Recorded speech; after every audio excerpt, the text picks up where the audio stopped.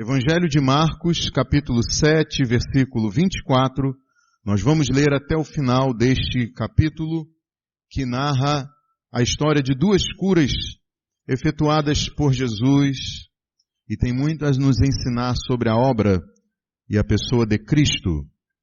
Marcos 7, a partir do versículo 24, nos diz assim a palavra do Senhor. Jesus saiu daquele lugar e foi para os arredores de Tiro e de Sidom. Entrou numa casa e não queria que ninguém o soubesse, contudo, não conseguiu manter em segredo a sua presença. De fato, logo que ouviu falar dele, certa mulher, cuja filha estava com um espírito imundo, veio e lançou-se aos seus pés. A mulher era grega, cirofenícia de origem, e rogava a Jesus que expulsasse de sua filha o demônio. Ele lhe disse, deixe que primeiro os filhos comam até se fartar, pois não é correto tirar o pão dos filhos e lançá-lo aos cachorrinhos. Ela respondeu, sim, Senhor, mas até os cachorrinhos, debaixo da mesa, comem das migalhas das crianças. Então ele lhe disse, por causa desta resposta, você pode ir. O demônio já saiu da sua filha. Ela foi para casa e encontrou sua filha deitada na cama e o demônio já a deixara. A seguir, Jesus saiu dos arredores de Tiro e atravessou Sidom até o mar da Galileia e a região de Decápolis. Ali, algumas pessoas lhe trouxeram um homem que era surdo e mal podia falar, suplicando que lhe impusesse as mãos. Depois de levá-la à parte, longe da multidão, Jesus colocou os dedos nos ouvidos dele. Em seguida cuspiu e tocou na língua do homem. Então voltou os olhos para o céu e com um profundo suspiro disse-lhe, Efatá, que significa abra-se. Com isso, os ouvidos do homem se abriram, sua língua ficou livre e ele começou a falar corretamente. Jesus ordenou-lhes que não o contassem a ninguém. Contudo, quanto mais ele os proibia, mais eles falavam. O povo ficava simplesmente maravilhado e dizia, ele faz tudo muito bem. Faz até o surdo ouvir e o mudo falar. Vamos orar.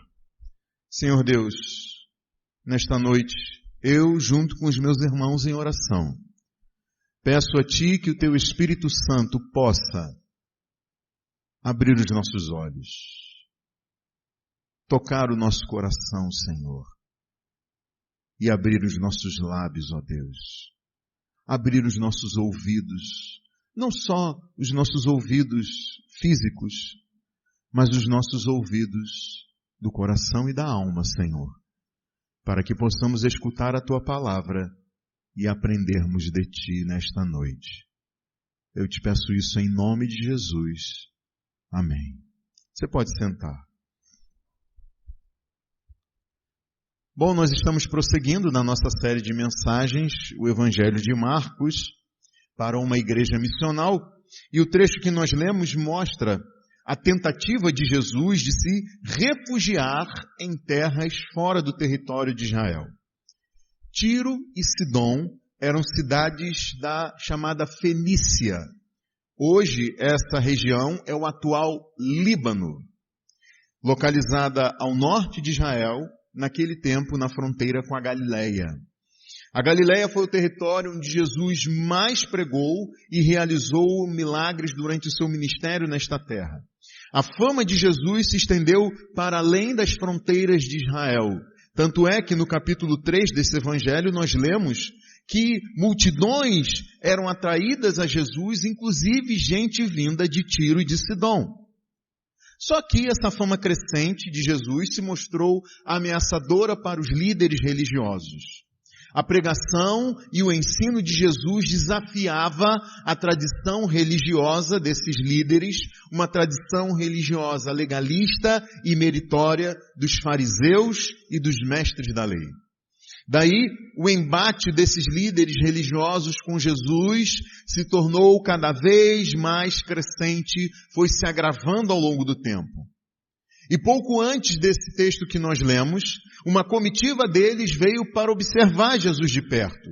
Foi quando eles viram que alguns dos discípulos de Jesus não seguiam as regras de purificação cerimonial que eram impostas por essa tradição.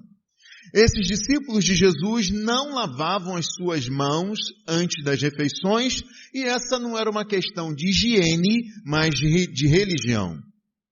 Isso porque a pureza cerimonial significava estar em condições de adorar a Deus, estar em condições de se colocar diante de Deus. E essa era uma busca obsessiva dos judeus. Só que eles tinham se esquecido que isso dependia mais de Deus do que do esforço deles. Deus é quem tinha providenciado um meio para a purificação do pecador. A obsessão deles levou à imposição de regras que iam muito além daquilo que Deus tinha estabelecido na lei dada a Moisés.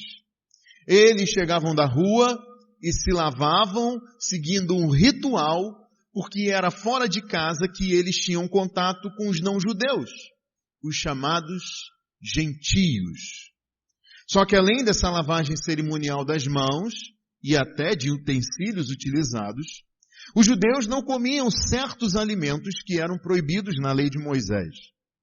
Então, havia uma lista de alimentos, e não só isso, um grupo de pessoas, todos considerados imundos para os judeus. Por isso, os fariseus e os mestres da lei questionaram a Jesus em público sobre o comportamento de alguns dos seus discípulos que comiam sem lavar as mãos dessa maneira ritual. A intenção deles era colocar em dúvida o ensino e o processo de discipulado de Jesus. Eles estavam insinuando que Jesus não era um mestre confiável. Eles questionavam: por que alguém confiaria em um mestre que não liga para a coisa mais importante para se estar diante de Deus, que é a pureza cerimonial? Um mestre que ignora a tradição religiosa estabelecida pelos grandes mestres da lei do passado, sustentada por gerações, guardada por gerações. Alguém que não guardava este ensino não podia ser uma pessoa confiável. E tinha mais. Jesus comia com pecadores. Ele se relacionava com essa gente impura. Ele se sentava à mesa. Ele mantinha comunhão com os impuros. E em resposta, Jesus então aponta para a hipocrisia, para o engano moral e para a falsa religião desses líderes. Jesus afirma que o zelo deles era enganoso e repugnante aos olhos de Deus. O coração deles estava longe de Deus. No fundo, eles rejeitavam a vontade de Deus e colocavam a tradição que tinha sido estabelecida por eles mesmos acima da lei de Deus. E aí é que Jesus ensina a multidão contando uma parábola, fazendo uma comparação. E aí eu peço que você leia comigo o versículo 14 desse capítulo 7. 14 e 15.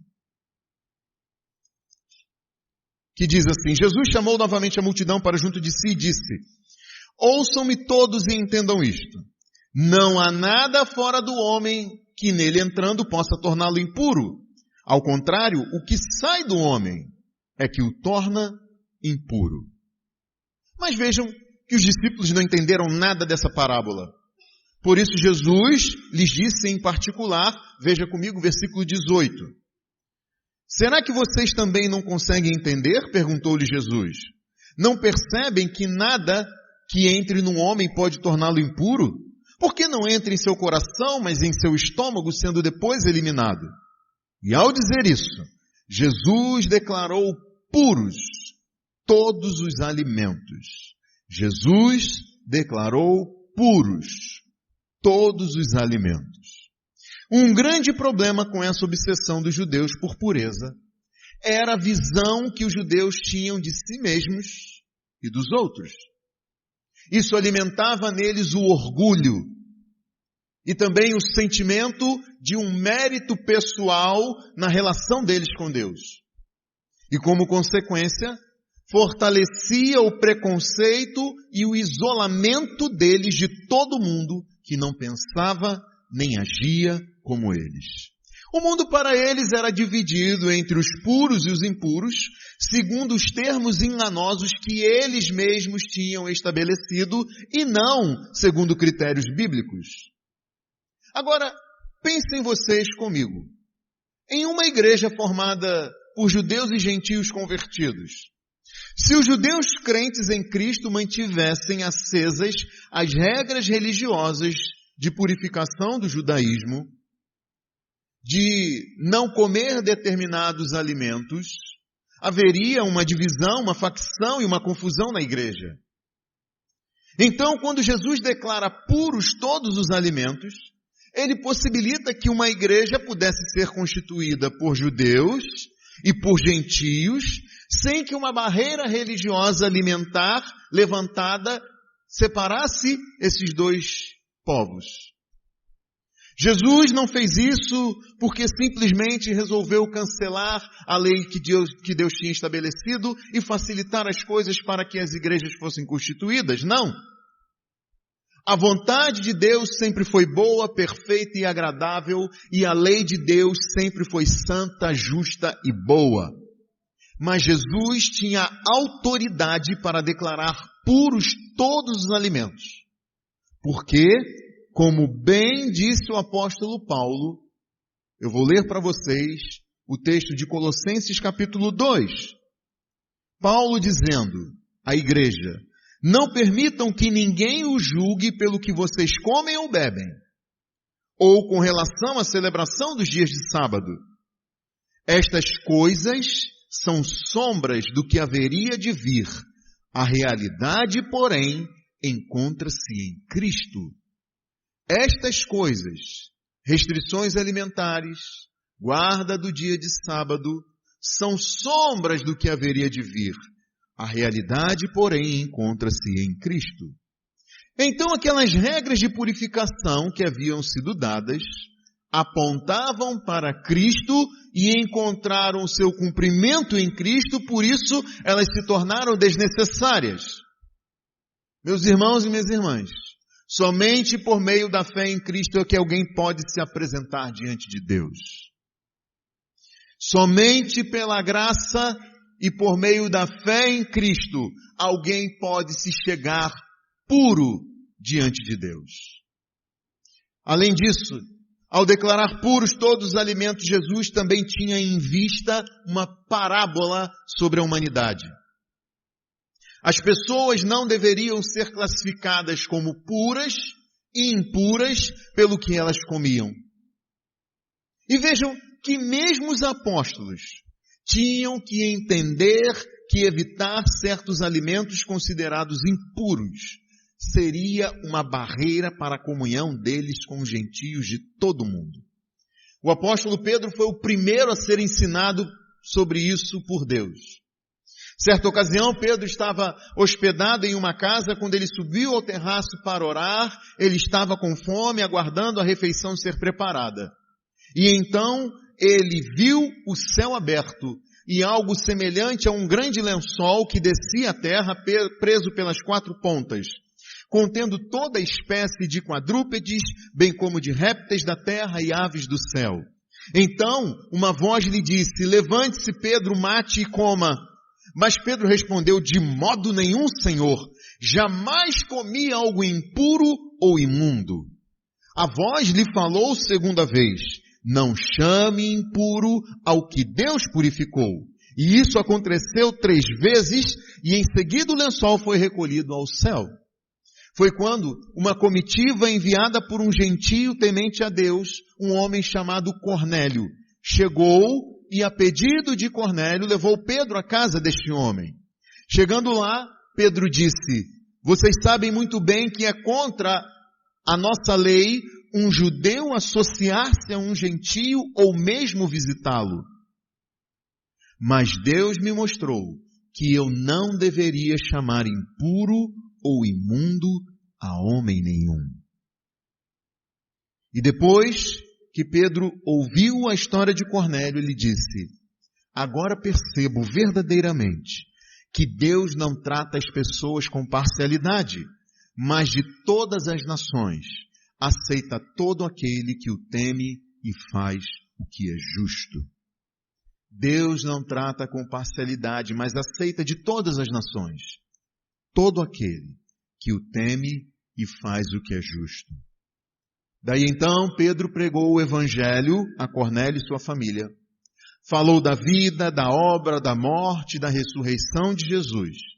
E concluiu a sua pregação dizendo: Ele nos mostrou, Ele nos mandou pregar ao povo e testemunhar que este é aquele a quem Deus constituiu juiz de vivos e de mortos.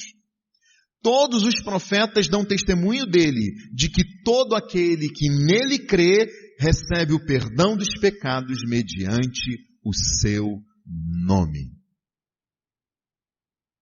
Então, mesmo tendo recebido a ordem de ir pelo mundo todo e pregar o evangelho a todas as pessoas, Pedro ainda precisava ser dissuadido de sua ideia errada sobre o alcance do evangelho de Cristo. O mundo era realmente o mundo todo. Todos os lugares da terra. E todas as pessoas eram todas as pessoas. Não só os judeus em toda a terra, mas todas as pessoas em todos os lugares. Todos deveriam ouvir a pregação de que todo aquele que crê em Jesus recebe o perdão dos pecados mediante o seu nome. Voltando aqui ao texto de Marcos. Depois de declarar puros todos os alimentos, o texto que nós lemos no início dessa mensagem mostra Jesus indo às terras dos gentios, aqueles considerados imundos pelos judeus. Na primeira parada, Jesus encontra a pessoa considerada mais impura pelos judeus.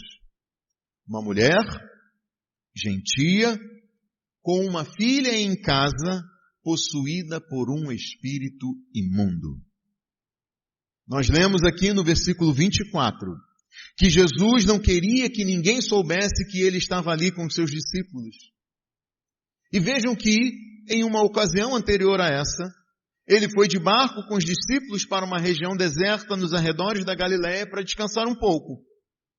Só que muitos viram ele indo para esse lugar e correram a pé e chegaram antes a esse local de retiro de Jesus com seus discípulos. Daí, quando Jesus sai do barco, vê a grande multidão, tem compaixão deles, porque eram como ovelhas sem pastor. Eram como ovelhas sem pastor. Agora nós vemos o mesmo. Jesus vai com seus discípulos para fora de Israel e mesmo lá, em terras estrangeiras, ele não consegue se manter esse segredo e passar desapercebido. Isso, meus irmãos, me chamou minha atenção. Porque a gente vai a lugares, conversa com pessoas, e quantas vezes nada em nós, em nossa conversa, em nosso papo ou em nossas ações, são identificadas atitudes que mostram quem nós somos nesse mundo. Passamos desapercebidos, sem que ninguém identifique em nós um cristianismo tão autêntico que não pode ser encoberto. Jesus tinha sido enviado a esse mundo com uma missão e ele era missionário 24 horas. Nem quando ele queria tirar umas horas de anonimato, ele conseguia passar desapercebido. Mas isso não era um estorvo para ele. Isso não era motivo de murmuração. Não, de forma alguma. Ele não conseguia deixar de se envolver com as necessidades da alma de gente aflita e oprimida. Quer fosse por enfermidades, quer fosse pelos seus pecados, quer fosse pelo diabo e os seus demônios. Aonde quer que fosse, Jesus atraía pessoas a si e a elas ele pregava ensinava e fazia o bem. E estando ele nessa região de Tiro, uma mulher desesperada, gentia, de fala grega e descendente de sírios e fenícios veio a ele. O Evangelho de Mateus conta essa mesma história e diz que ela era descendente de cananeus, os históricos inimigos de Israel. Mas ela não veio para fazer guerra, ela veio implorar pela paz. Essa mulher travava uma guerra espiritual dentro de casa. A filhinha dela estava endemoniada. E ela se refere a essa filha de uma forma carinhosa.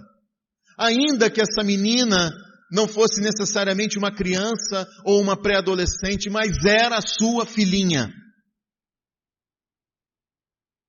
Ela vivia numa região pagã, idólatra, maldita, da mesma descendência da mais famosa e odiosa mulher fenícia na Bíblia.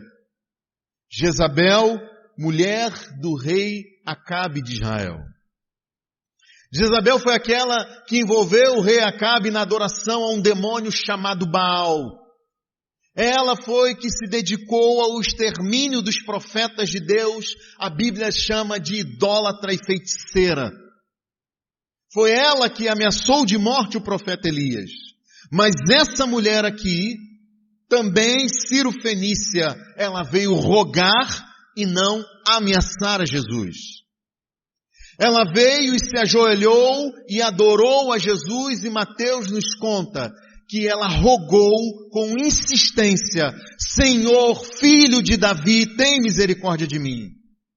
Minha filha está endemoniada, está sofrendo muito, Senhor, ajuda-me.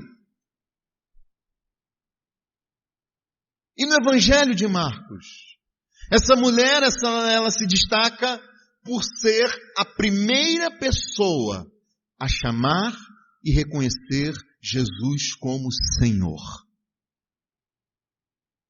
E vejam que, curiosamente, o demônio adorado pela feiticeira Jezabel se chamava Baal, nome que é traduzido como Senhor.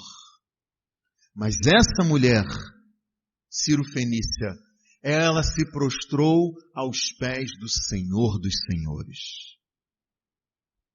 Ela quebrou todos os protocolos. Todos sabiam que um judeu não mantinha contato com gentios, e se fosse um mestre religioso, pior ainda. Ela era gentia, ela era imunda cerimonialmente, mas ela reconheceu a Jesus de uma forma que os fariseus e os mestres da lei se negavam a reconhecer. Ela rogou a Jesus que expulsasse de sua filha o demônio, é que nos diz o versículo 26 aqui do capítulo 7 de Marcos. Mas a resposta de Jesus a ela é no mínimo curiosa e soa como extremamente ofensiva.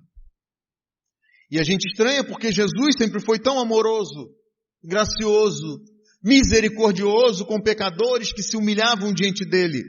Por que ele teria motivos para agir assim com essa miserável mulher? Versículo número 27. Ele lhe disse: deixe que primeiro os filhos comam até se fartar, pois não é correto tirar o pão dos filhos e lançá-lo aos cachorrinhos. Jesus se valeu de uma parábola para dar uma resposta ao pedido dessa mulher. Mateus nos conta que, diante da insistência dela, Jesus já tinha dito: eu fui enviado apenas às ovelhas perdidas de Israel. E agora, ele diz, diante do pedido dessa mulher pela filhinha aqui, não é certo tirar o pão dos filhos e lançá-los aos cachorrinhos. Então fica claro que Jesus associou os filhos aos israelitas, a quem ele tinha sido enviado, e associou a filhinha da mulher aos cachorrinhos, a filhotes de cachorros acolhidos em casa.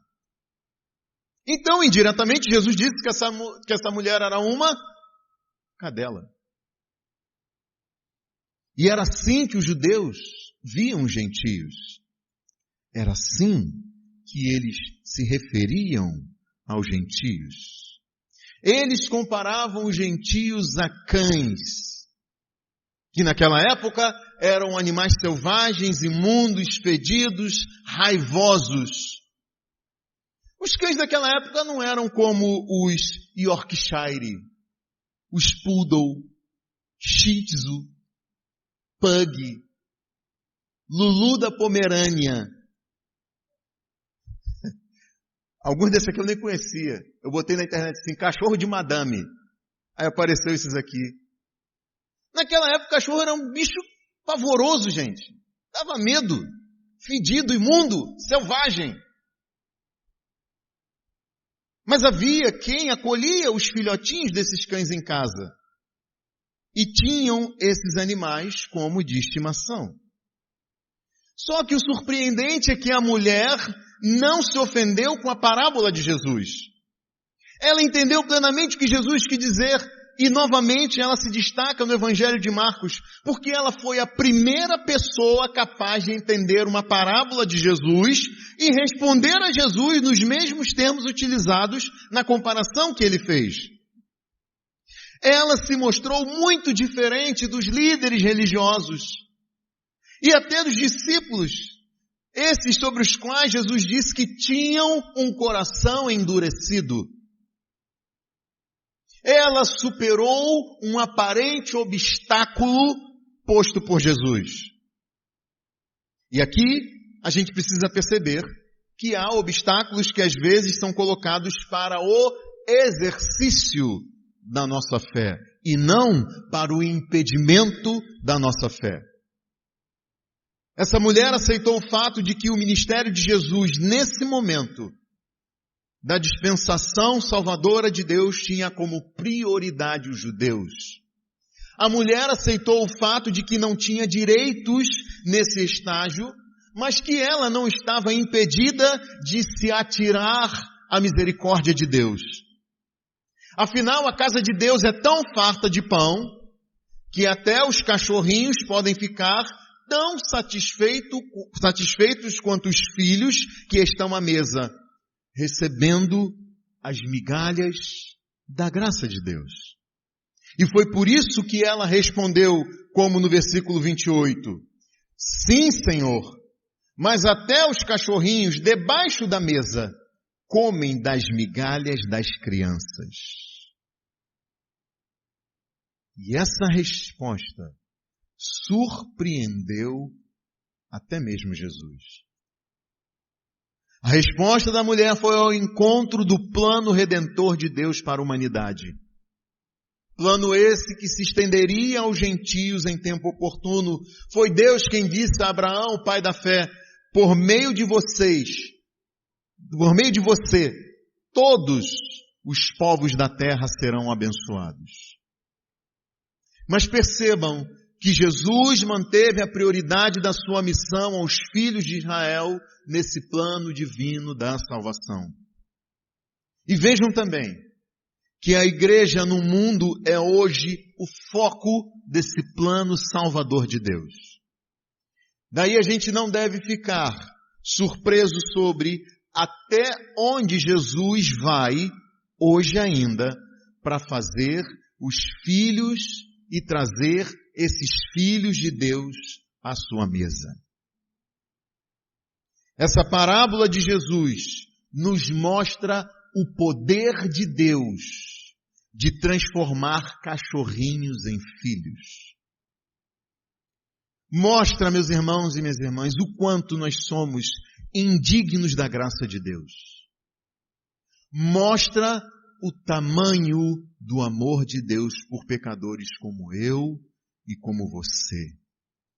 Nós, que fomos trazidos por Deus à fé em Jesus para a salvação das nossas almas e nos tornamos seus filhos. A mulher retornou para casa, confiante em Jesus. Versículo 29. Então ele lhe disse, por causa desta resposta, você pode ir, o demônio já saiu da sua filha. Ela foi para casa e encontrou sua filha deitada na cama, e o demônio já a deixara.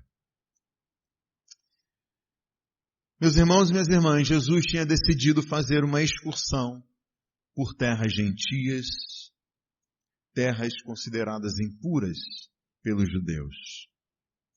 Marcos conta aqui, versículo 31, a seguir Jesus saiu dos arredores de Tiro e atravessou Sidom até o mar da Galileia e a região de Decápolis. Jesus tinha andado cerca de 50 quilômetros da Galileia até Tiro, e agora ele dá uma volta danada, passa por Sidom e anda mais ou menos 100 quilômetros até voltar à Galileia, só que ele volta para a Galileia do lado gentio galileu. O destino de Jesus era a região constituída por 10 cidades, por isso que é aqui chamada de Decápolis. Uma região ocupada por gentios, como aquele da região dos Gerazenos, onde uma ocasião anterior, registrada em Marcos 5, Jesus desembarcou e libertou um homem possuído por uma legião de demônios. Foi nessa ocasião que Jesus autorizou os demônios a irem para uma manada de porcos e cerca de 2.000 porcos se atirou de um precipício em direção ao mar e se afogou. E o fato dos Gerazenos serem criadores de porcos mostra o quão distantes eles estavam da cultura e da religião judaica, porque o porco era o mais impuro dos animais impuros no judaísmo. E aí a gente percebe que Decápolis era uma região dominada por gente impura. E foi lá que Jesus foi. E foi para lá que Jesus foi. Versículo 32. Ali, algumas pessoas lhe trouxeram um homem que era surdo e mal podia falar, suplicando que lhe impusesse as mãos.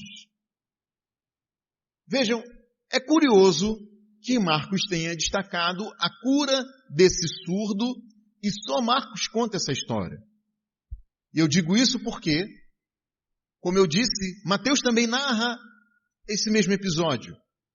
Mas Mateus nos conta que uma grande multidão foi a Jesus, levando os aleijados, os cegos, os mancos, os mudos e muitos outros. E todos foram curados. O povo ficou admirado quando viu os mudos falando, os mancos curados, os aleijados andando e os cegos vendo. E o povo louvou ao Deus de Israel. Os gentios impuros louvaram ao Deus de Israel. E a missão de Jesus nesse aspecto foi espetacular.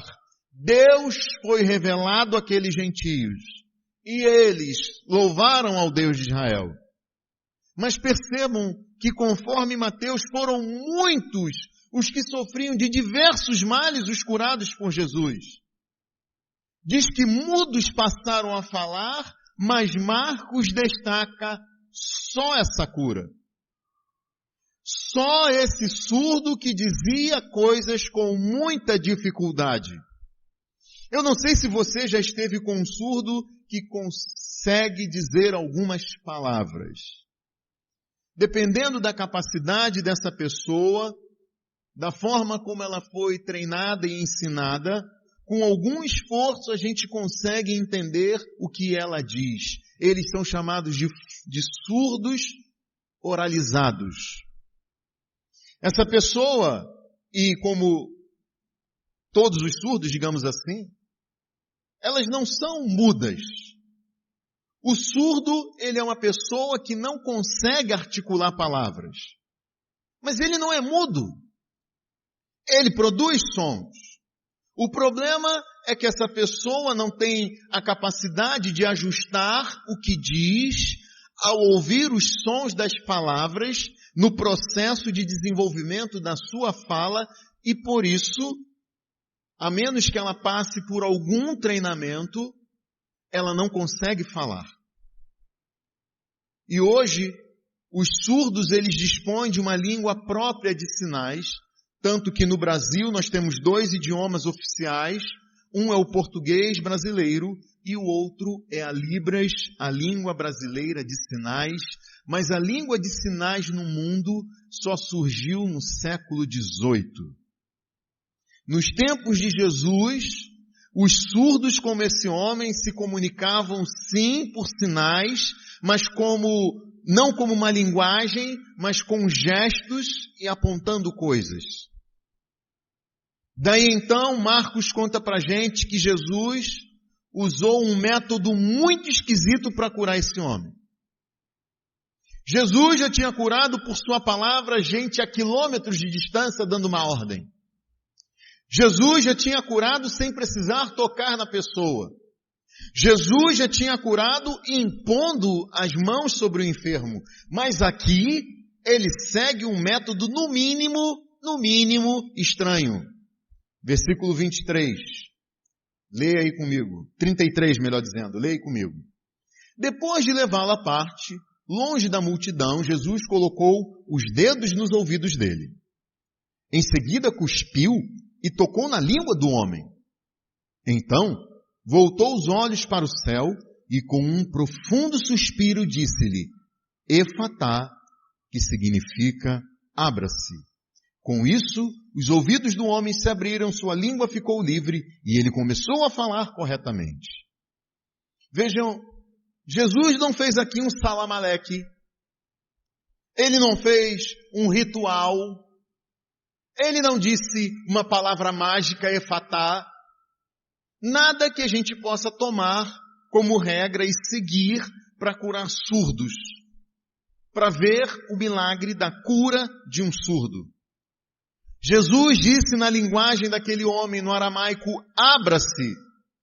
Só isso. E nada mais do que isso. Vejam só, imaginem 3 homens cegos, que eram cegos. Eles se encontram e começam a contar como foram curados por Jesus. O primeiro diz, Jesus tocou nos meus olhos e eu fui curado. O segundo diz, isso não é possível. Jesus só disse para mim, vá, a sua fé o curou. E eu passei a ver. E o terceiro diz, olha só, vocês podem ter sido curados por qualquer outra pessoa, porque por Jesus não foi não. Jesus me tomou pela mão, me levou para fora do povoado, cuspiu nos meus olhos e impôs as mãos sobre mim.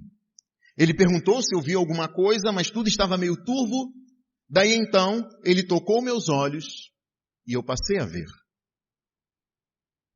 Certa vez um pregador fez uma piada dizendo que esses 3 curados de cegueira, como diz a Bíblia, mais tarde abriram as denominações evangélicas dos toquistas, aqueles do toque, dos falacianos, aqueles curados pela fala, e dos salivais, aqueles curados pela saliva.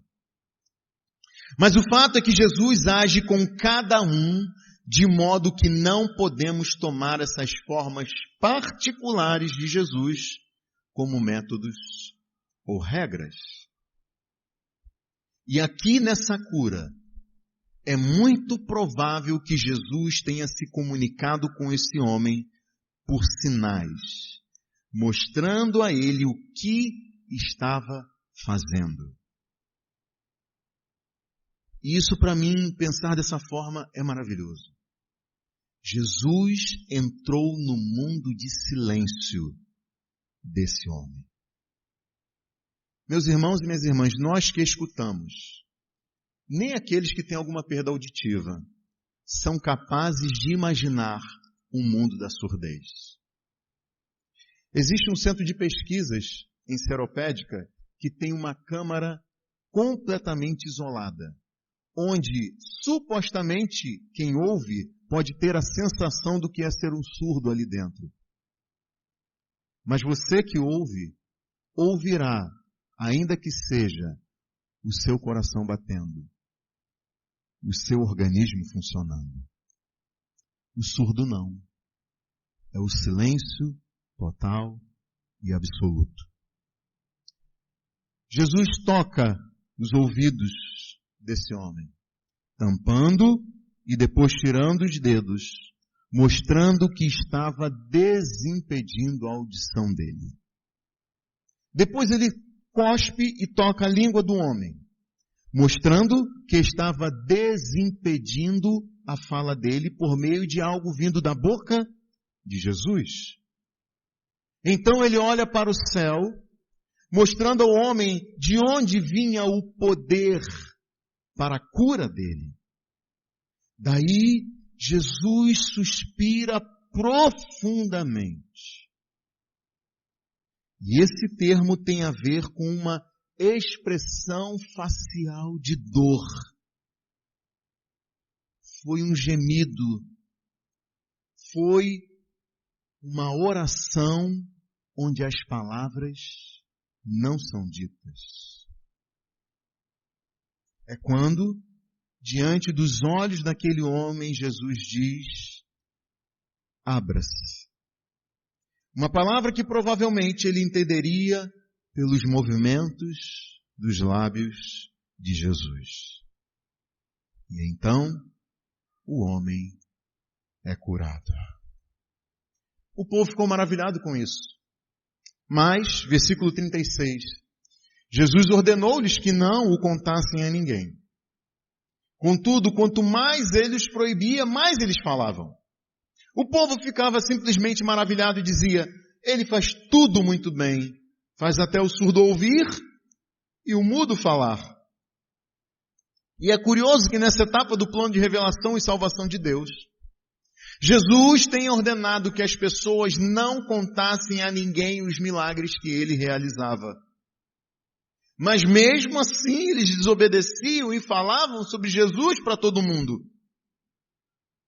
Isso nos chama a atenção porque hoje, nos nossos tempos, nós temos a ordem de ir pelo mundo todo e pregar o Evangelho a todas as pessoas.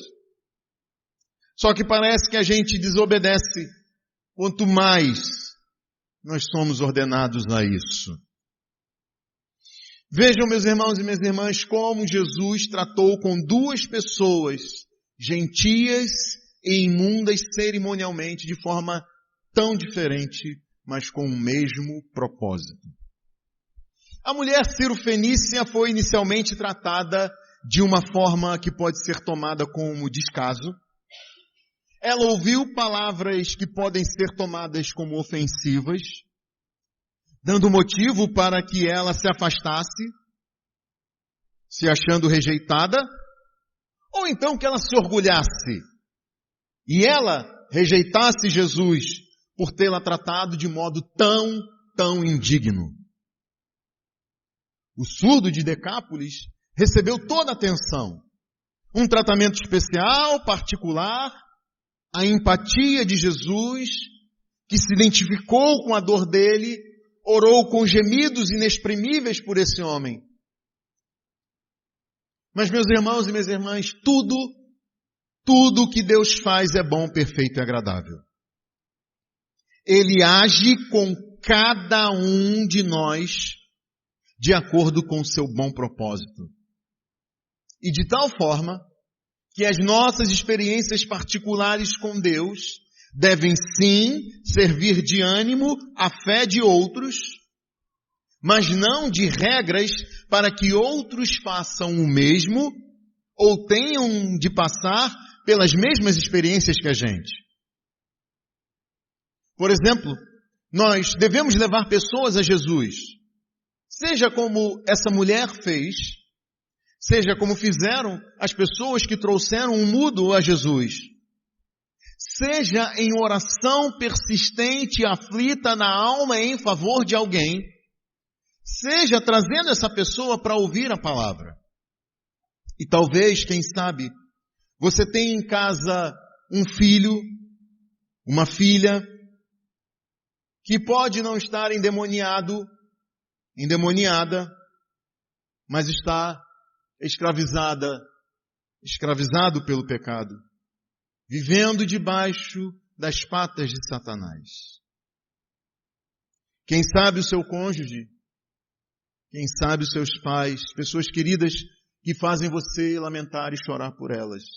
E eu quero lhe dizer, não desista dessa pessoa. Continue gritando: Senhor, filho de Davi, tem misericórdia de mim. Minha filha, o meu filho, a minha esposa, o meu esposo, a minha irmã, o meu irmão, a minha mãe, o meu pai, Senhor, está sofrendo muito. Senhor, ajuda-me. Ajuda-me, Senhor. Assim como Deus criou o mundo e disse que tudo tinha ficado muito bom, Jesus age hoje na salvação de pecadores para fazer dessas pessoas nova criação. Mas vejam que se no início Deus criou tudo do nada, agora a nova criação vem de algo destruído, destroçado, sujo, imundo pelo pecado. A obra de Deus na nova criação é tal como alguém que é chamado não para erguer um prédio novo do chão, mas para fazer novo um prédio destruído, tomado pelo mato imundo. Este edifício em ruínas exigirá muito mais trabalho e custo para se tornar novo de novo. A salvação de pecadores custou um alto preço, foi pelo sangue de Cristo derramado na cruz. Daí, enquanto que na criação, Deus forma o homem do pó da terra, dá um suspiro, sorri e sopra nesse homem, dando-lhe o fôlego de vida. Na salvação, é Jesus quem suspira, mas ele geme para soprar a nova vida em pecadores. Marcos utiliza uma palavra para descrever a dificuldade de fala desse surdo trazido a Jesus, que só é encontrada em apenas um outro lugar na Bíblia. Em Isaías capítulo 35, versículo 6. Mas nesta noite eu quero convidar a você a abrir a sua Bíblia no livro do profeta Isaías e ler comigo todo esse capítulo 35. Isaías, capítulo de número 35. Talvez facilite para você, na minha Bíblia, página 884. Isaías fica aí depois de Salmos, Provérbios. E você chega no livro do profeta Isaías, e eu quero convidar você a ler comigo esse capítulo 35, que diz: O deserto e a terra ressequida se regozijarão, o ermo exultará e florescerá como a tulipa, e romperá em flores, mostrará grande regozijo e cantará de alegria. A glória do Líbano. Vejam vocês, a mulher de Tiro e Sidom. A glória do Líbano lhe será dada, como também o resplendor do Carmelo e de Saron. Verão a glória do Senhor, o resplendor do nosso Deus. Fortaleçam as mãos cansadas, firmem os joelhos vacilantes. Digam aos desanimados de coração, sejam fortes, não temam. Seu Deus virá com vingança. Com divina retribuição virá para salvá-los. Então se abrirão os olhos dos cegos e se destamparão os ouvidos dos surdos. Então os coxos saltarão como servo e a língua do mudo cantará de alegria. Águas irromperão no ermo e riachos no deserto, a areia abrasadora se tornará um lago, a terra seca, fontes borbulhantes. Nos antros onde outrora havia chacais, crescerão a relva, o junco e o papiro. E ali haverá uma grande estrada, um caminho que será chamado caminho de santidade.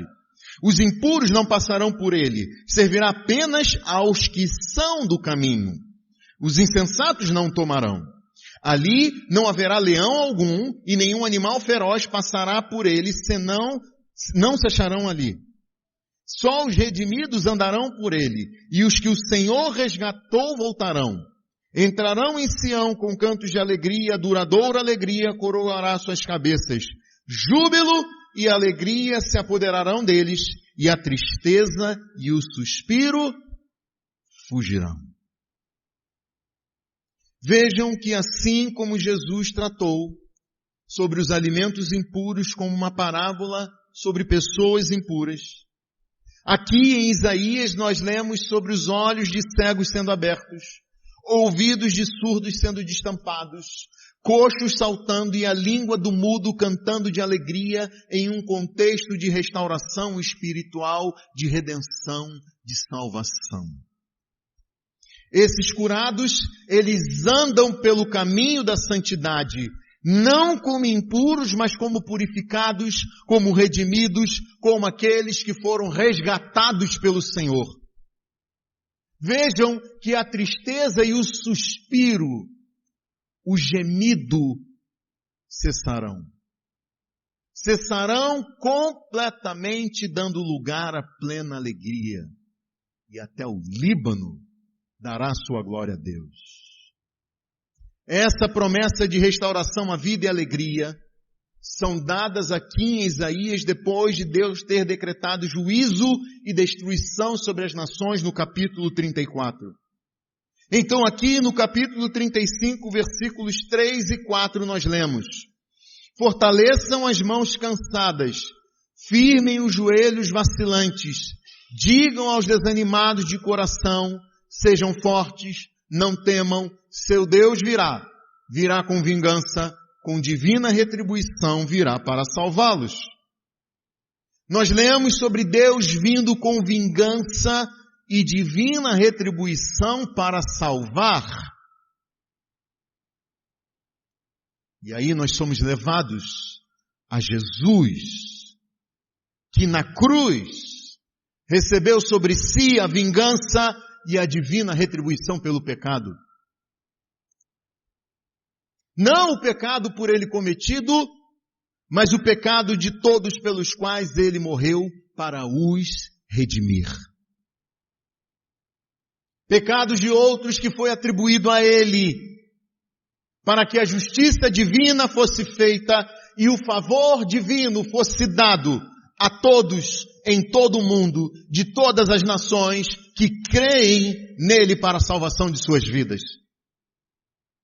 E curiosamente os cristãos foram conhecidos como aqueles que eram do caminho após a morte e a ressurreição de Jesus.